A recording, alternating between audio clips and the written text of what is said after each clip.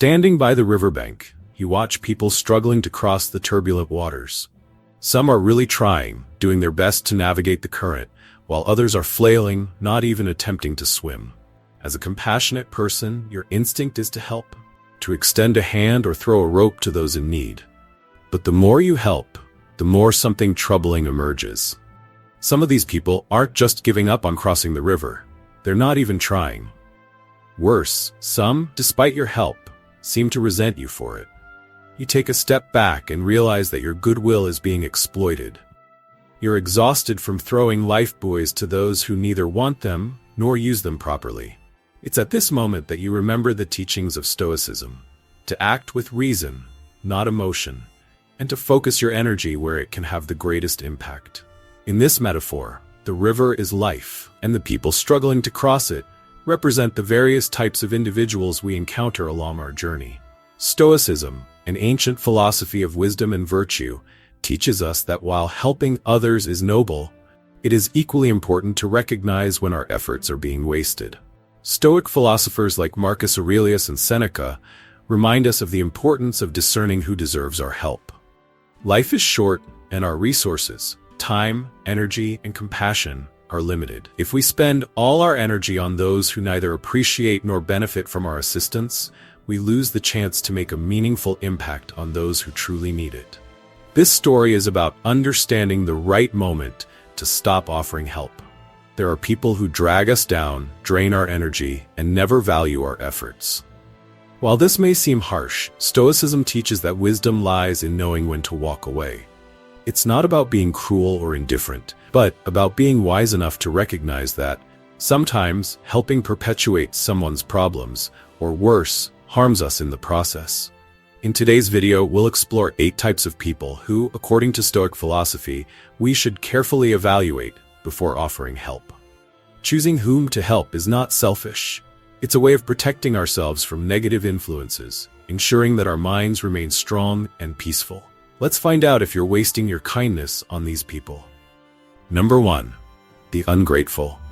Stoic philosophy emphasizes the value of gratitude. A grateful person not only shows appreciation for what they receive, but also strengthens the spirit of mutual support within a community. On the other hand, an ungrateful person disrupts this balance, creating negativity and weakening social bonds. Ungrateful individuals often fail to recognize the value of what they have, always demanding more without ever being satisfied. Stoicism advises us to avoid helping the ungrateful. These people not only refuse to express gratitude, but may even make you feel as though helping them is an obligation. Imagine helping someone, only to receive a cold look or criticism that your help wasn't enough. Kindness is devalued and becomes a source of hurt and disappointment. As Cicero said, gratitude is not just a virtue, it is the root of all virtues. Without gratitude, all good deeds lose their shine. Jesus Christ in the Bible also emphasized the importance of gratitude and forgiveness. One of the most notable stories is when he healed 10 lepers, but only one returned to thank him. This illustrates that, even in noble acts, some people will fail to show gratitude, diminishing the beauty of forgiveness. If even Jesus, who always forgave, recognized the importance of gratitude, why should we help the ungrateful who drain our energy and time? In modern life, we often encounter these situations. Think of a colleague who always asks for help but never says thank you, or a family member who expects financial support without ever expressing appreciation. These situations leave us exhausted and questioning whether it's worth continuing to help. Instead of wasting time and energy on the ungrateful, we should focus on those who genuinely appreciate and use our help to improve their lives. Irresponsible people fail to realize that their actions affect not only themselves, but the entire community. A modern example includes those who break the law but evade the consequences of their actions. They may drive recklessly, disregard rules, or avoid their civic duties, causing harm to innocent people. Unfortunately, this lack of responsibility is sometimes forgiven, and society ends up paying the price. Stoic philosophy teaches us to carefully consider before offering help to someone. Helping an irresponsible person only enables them to continue down the path of immorality.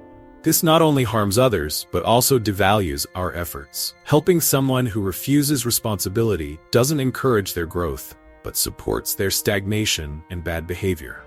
A common example is irresponsible leaders who refuse to take accountability for their decisions. In many organizations, when a leader doesn't own up to their mistakes, the entire team and company suffer the consequences. This leads to a loss of trust, confusion, and the breakdown of systems. Imagine if a leader never admitted to their mistakes. Would the employees still trust them and give their best effort? Responsible Stoic philosophy doesn't teach us to walk away from compassion, but rather to choose carefully who deserves our help. Similarly, Jesus said not to cast pearls before swine, meaning don't waste precious things on those who won't appreciate them. Help, kindness, and support are the pearls of life. If we offer them to irresponsible people, they'll be ignored and wasted. Life is a series of meaningful actions, and each action comes with responsibility. How can we expect progress if we aren't willing to take responsibility for our actions? The irresponsible not only reject personal responsibility, but also erode the bonds of trust and connection within society. As someone who follows the Stoic path, be cautious when offering help. Remember, helping should not be about rescuing the irresponsible, but about creating opportunities for them to learn to face their responsibilities. Helping irresponsible people is like trying to build a house on quicksand. No matter how well constructed, the foundation will always collapse under the weight of wrong choices. Stoicism encourages us to act with wisdom and foresight, qualities often lacking in irresponsible people. They don't learn from their mistakes, and worse, they often drag others into the messes they create. In family life, helping an irresponsible sibling or relative may mean constantly saving them from financial troubles or covering up their bad decisions. You might think you're being supportive, but in reality, you're enabling their lack of responsibility. By continually solving their problems, you remove the need for them to face the consequences of their actions, which stunts their growth. In the workplace, a boss or colleague who frequently fails may turn to you to fix the damage. While you might help once or twice out of goodwill, constantly cleaning up others' mistakes will eventually exhaust you. Stoics believe in self-discipline and personal responsibility. People who repeatedly show irresponsibility don't embody these virtues, and helping them does little to promote their personal growth. When it comes to manipulators, have you ever felt manipulated by someone, whether at work, within your family, or in intimate relationships? These individuals rarely make direct demands but skillfully manipulate emotions and situations so that we follow their will without realizing it. Negative emotions can make us believe that helping manipulators is one of the biggest mistakes we can make. A clear example is the case of Britney Spears, who was manipulated by her father for over a decade under a conservatorship. Her father used his legal authority not only to control her finances but also to dictate her personal life and career. For years, Britney lived under strict control, unable to make decisions about her own life. This manipulation robbed her of her freedom and caused great mental anguish. This led to the Free Britney movement, where millions supported her in breaking free from her father's authoritarian control. In this case, would it be right to support the manipulative father? Stoic philosophy teaches that we have control over our attitude, values, and goals. Helping someone like Britney's father would only strengthen the manipulator's power, while the victim, like Britney, would lose her voice and autonomy. Our kindness, according to Stoic philosophy, should be accompanied by wisdom and clarity. When dealing with manipulators, we must not let empathy blind us, but rather see them for who they truly are. Another example is relationships where one person consistently controls and manipulates the other, using emotions to keep the other in a state of dependency by creating feelings of fear, loss, or guilt if their wishes are not met. If we remain in such a relationship, are we really helping them, or are we just harming ourselves? Becoming a victim of exploitation is unhealthy. We should aim to promote positive growth for both parties involved. Manipulators use others for their own gain, twisting situations to serve their needs while pretending to act in the best interest of others. They exploit your resources to benefit themselves, leaving you with nothing in return. Stoicism teaches us to value honesty and integrity, but manipulators operate based on deceit and self-interest in relationships. They often position themselves as victims, taking advantage of your kindness. Over time, this subtle control can erode your sense of agency and self-esteem. The Stoics warn us about those who distort our goodwill for their benefit, as this undermines our ability to act rationally and virtuously. In the workplace, manipulators may flatter or pressure you into completing tasks that are their responsibility. And when the work is done, they take the credit, leaving you with nothing but exhaustion. Helping manipulators only strengthens their ability to exploit others and weakens your own capacity to act justly. We'd like to thank and congratulate you for making it halfway through today's video. Your presence here shows you're fully committed to this journey. Now, shift your focus to the 5 remaining types of people as you take a break and reflect on yourself. The journey of self-improvement continues with the 5th type, chronic critics. Have you ever felt surrounded by people who constantly judge and criticize, no matter what you do? In Stoic philosophy, we learn how to handle such individuals. Chronic critics see life through a negative lens. They don't seek solutions or improvements, but rather amplify and spread their own dissatisfaction. A chronic critic is someone who is always looking for faults, no matter how small. Their intention isn't to contribute positively, but to tear others down, creating a sense of inadequacy in their target. Stoic philosophy teaches us to distinguish constructive criticism from negative criticism. Constructive criticism comes from people with good intentions who genuinely want to help. Chronic criticism, on the other hand, stems from negativity and ill will. The key difference is between someone who wants to help and someone who simply wants to destroy. You might wonder why these people behave this way. The answer often lies in their lack of self-confidence. When they see others achieving success or something positive, they immediately feel threatened or inferior. This drives them to criticize, not to help, but to drag others down to their level. If you try to help a chronic critic, will they really change? Or will they continue their cycle of negativity? The truth is, you can't change someone who doesn't want to change. Chronic critics aren't interested in your help because their goal isn't to seek improvement, but to maintain a sense of superiority through criticism. Consider leaders in a workplace setting. A good leader offers helpful advice to help employees improve and grow. On the other hand, a leader who constantly criticizes, pointing out only mistakes without offering specific guidance, doesn't help the team progress. They demoralize employees, lower productivity, and sometimes bring down the entire organization. You can't please everyone, and it's crucial to be selective about who deserves your time and energy. Stoic philosophy teaches us how to protect ourselves from negative external influences. Chronic critics are a prime example of people we can't control. They're not worth the investment of our efforts because they don't seek change. They only wish to maintain their negative view of life. We must learn to refuse help to those who bring only negativity. Save your kindness for those who truly deserve it, for those who are willing to change and grow. Chronic critics aren't people you can help. Your assistance should go to those who appreciate it and use it to become better. Chronic critics find faults in everything, regardless of the effort or good intentions. Helping them is like planting seeds in toxic soil. No matter how much you water them, the environment will never allow anything to flourish. Stoicism emphasizes constructive feedback and the importance of personal improvement, but chronic critics aren't interested in improving. They only seek to undermine. In friendships, chronic critics may constantly belittle your ideas or efforts. Even when you help them, they criticize how you did it, finding flaws where none exist. This behavior drains your energy and makes you question your self-worth. Stoicism teaches us to stay centered and focus on what we can control. However, when someone engages only to tear things down rather than build, offering them help only invites more negativity. In the workplace, helping a chronic critic typically leads to frustration. No matter how well you complete a task, they'll always find something wrong. Constructive criticism is valuable, but chronic critics focus on finding flaws, not promoting improvement.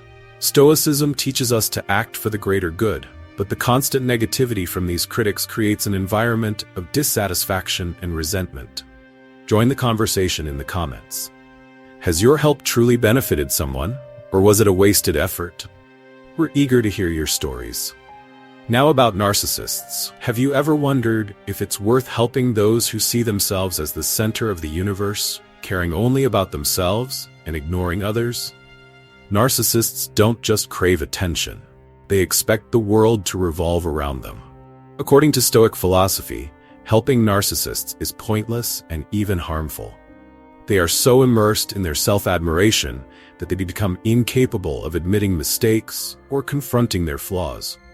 They only want to hear praise and will distance themselves from anyone who dares to criticize or advise them. This makes any external help futile because it isn't received with a mindset open to growth. Imagine trying to help someone understand that they need to change their approach to succeed, but instead of listening, they convince themselves that their path is already perfect. Do you still want to help? Stoic philosophy teaches us to focus on what is within our control. As Epictetus once said, it's not what happens to you, but how you react that matters. Helping a narcissist won't change their view of themselves or the world around them. Instead, they may see it as further validation of their ego. This not only diminishes the value of your help, but also reinforces their stubbornness and arrogance. Narcissists show up in various settings, from personal relationships to public situations, where they dominate conversations and turn every scenario into a stage to showcase their inflated ego. For instance, in a group of friends, a narcissist often overshadows others, constantly boasting about their achievements and rarely showing interest in the feelings or contributions of others. As a result, relationships become unbalanced and distant, as friends stop feeling valued in the narcissist's eyes. When dealing with narcissists, Stoic philosophy advises us to maintain our rationality and avoid being drawn into their arrogance. No amount of kindness or support will fill the narcissist's inner void because they aren't seeking change or growth, but rather unconditional admiration. Therefore, be discerning about whom you choose to help, remembering that true help isn't just about offering it, but also about guiding others to recognize the right path. Narcissists, with their closed hearts and proud minds, are often not fit to receive this lesson and may not deserve your effort. We've already explored the narcissistic personality type, one of the kinds of people you shouldn't help. Now let's discuss another equally negative type: opportunists. Opportunists who constantly seek to take advantage of others, even in difficult times, should not be helped.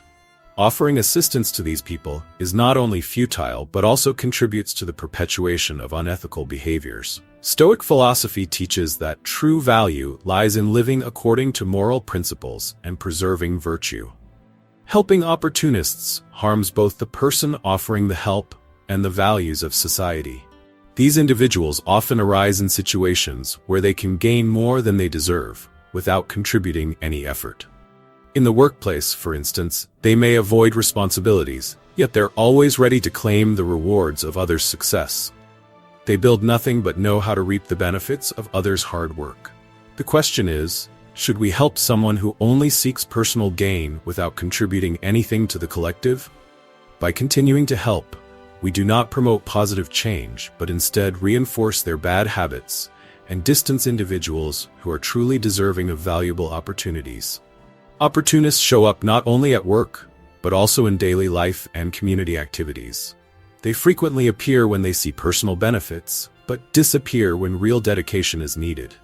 They not only weaken team spirit, but also drain the energy of those around them. These individuals don't deserve our help because they abuse the kindness of others. Stoic philosophy teaches that kindness and help should be used responsibly. The best way to deal with an opportunist is to stop allowing them to take advantage of our generosity. In doing so, we force them to face the consequences of their actions. Ultimately, kindness and help are only truly valuable when offered to the right people. If we dedicate our time and effort to opportunists, we enable unethical behavior. We must protect not only ourselves, but also the noble values we stand for. Narcissists are driven by the selfish desire to manipulate situations to serve their inflated sense of self. They may fear vulnerability, but their goal is always to feed their own ego. A narcissist might pretend they need your help, but they rarely offer anything in return. In fact, they see others as tools to be used, not as equals to be valued. Stoicism teaches the importance of treating others with fairness and integrity. But narcissists don't reciprocate. Helping them only fuels their sense of entitlement and leaves you feeling exploited.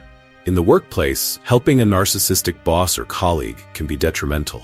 They are quick to take credit for work they didn't do and just as fast to shift the blame when things go wrong. While Stoics believe in fairness and justice, narcissists exploit these values for personal gain. Helping a narcissist reinforces their toxic behavior and diminishes your own sense of justice and balance. Stoic philosophy advises us not to waste energy on unworthy things, especially when dealing with negative people, such as the envious. These individuals, full of resentment and comparisons, cannot find joy in others' success and instead feel frustrated when they see others progress, harming both themselves and those around them. Envy is like a poison that destroys inner peace and blinds people to their own worth.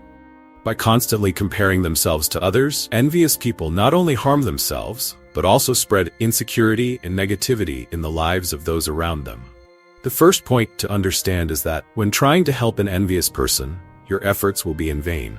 They won't value your help. Instead, they may interpret your actions as an attempt to establish a hierarchy between you, highlighting their weaknesses. Envious people often fail to recognize that the problem lies within themselves. Instead, they believe that others are responsible for the injustices they think they suffer. Even with good intentions, the envious might see your support as a threat. A clear example of this is the relationship between Steve Jobs and John Sculley. Jobs brought Sculley to Apple with the intention of growing the company together, but Sculley's envy turned the partnership into a rivalry.